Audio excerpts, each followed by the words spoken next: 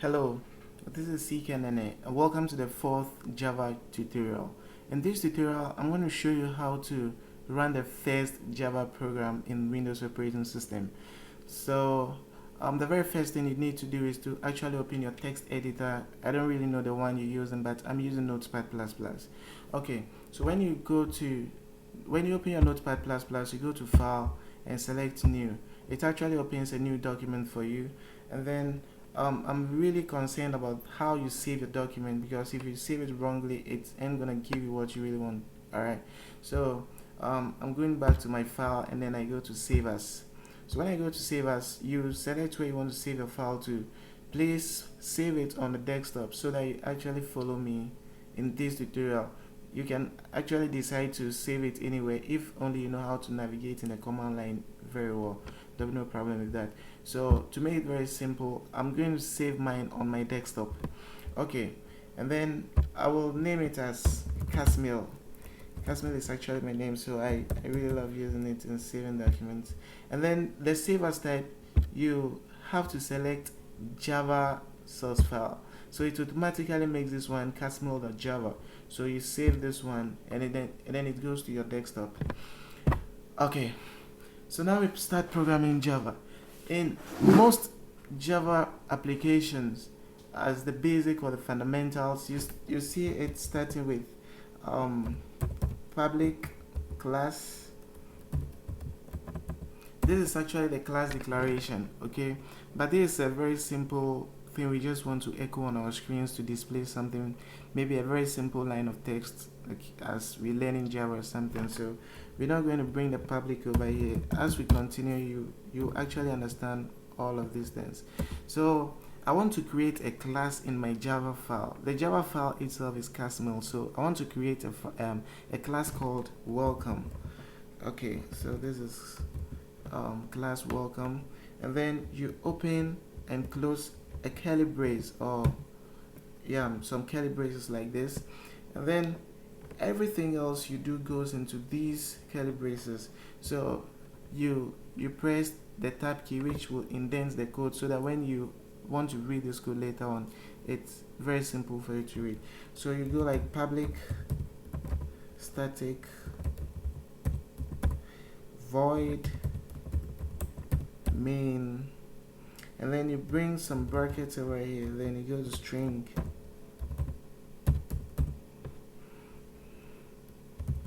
and then you bring how do we call this, square brackets. Okay, then you bring args. Okay, you don't really have to worry yourself to understand all these things much. The functions, the main, everything, it wouldn't really make a lot of sense to you now. Okay, but I can just tell you that maybe this is the main function, and then the args you see over here, it's actually containing some command line interface arguments or something like this. We don't really have to go much into that. Okay, so you open another curly braces over here, which you also open and close. So anything else you want to display or echo on the screen will go into these tags over here. So let's try something. System dot out dot print. Okay, this actually tells the system to print something onto the screen. Okay, this tells the system to print something onto the screen, and then in some cases you can see print ln.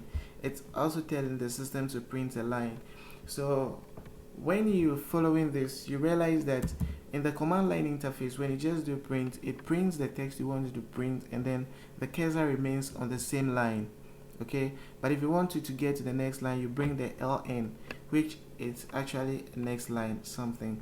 So whatever you want to print is a string over here, so we'll put it in a bracket and then double quotations. You should always remember to bring this, else it won't give you the result you wanted to give. So I'm gonna just do something like welcome to Java programming.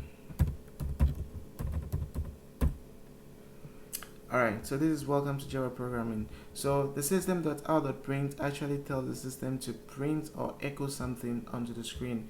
Always remember to terminate every line of code with a semicolon. If you don't do this, it's actually going to give you some serious error, and sometimes it's very difficult to identify where the problem is and all that. It is a serious headache sometimes. Okay, so you save this document. I hope everybody can really understand and remember all these things, but don't force yourself to understand everything too much over here right now. Okay, so now we're going to run this program and see how it behaves. So I'm going to my start menu, and then I'm looking for my CMD, my command line, my command prompt. Okay, so now I open my command prompt. So the very first thing I will have to do is to change the directory to my desktop. So it goes like cd desktop. This actually tells the computer to change the directory to the desktop. So now I'm in the desktop directory. So I go to dir, which will list everything on my desktop. So there are lots of files on my desktop, but we're actually looking for casmil.java, which is the one over here, I believe.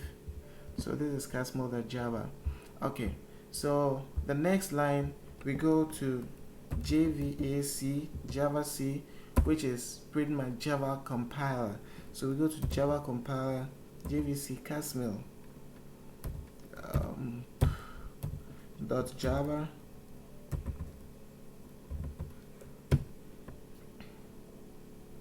Okay, it takes me to casmil.java. Okay, now I list the directory of casmil.java. It actually shows me something as where are you? It shows me as something as welcome.class, which is the class I declared in my over here. This is the class I declared, class welcome, in the java.casmil, sorry, in the casmil.java file. So now we go to Java welcome. In this case, you don't have to specify the file extension of the welcome file, which is welcome.class. So you just type Java welcome. So you hit enter, and then it displays welcome to Java programming on your screen. So this is a very simple tutorial to actually show you how to run your first Java program on the Windows operating system. It's very cool and very simple, I believe, huh? Okay, so that is just that. So thank you guys for watching, and don't forget to subscribe to my YouTube channel. See you in the next tutorial.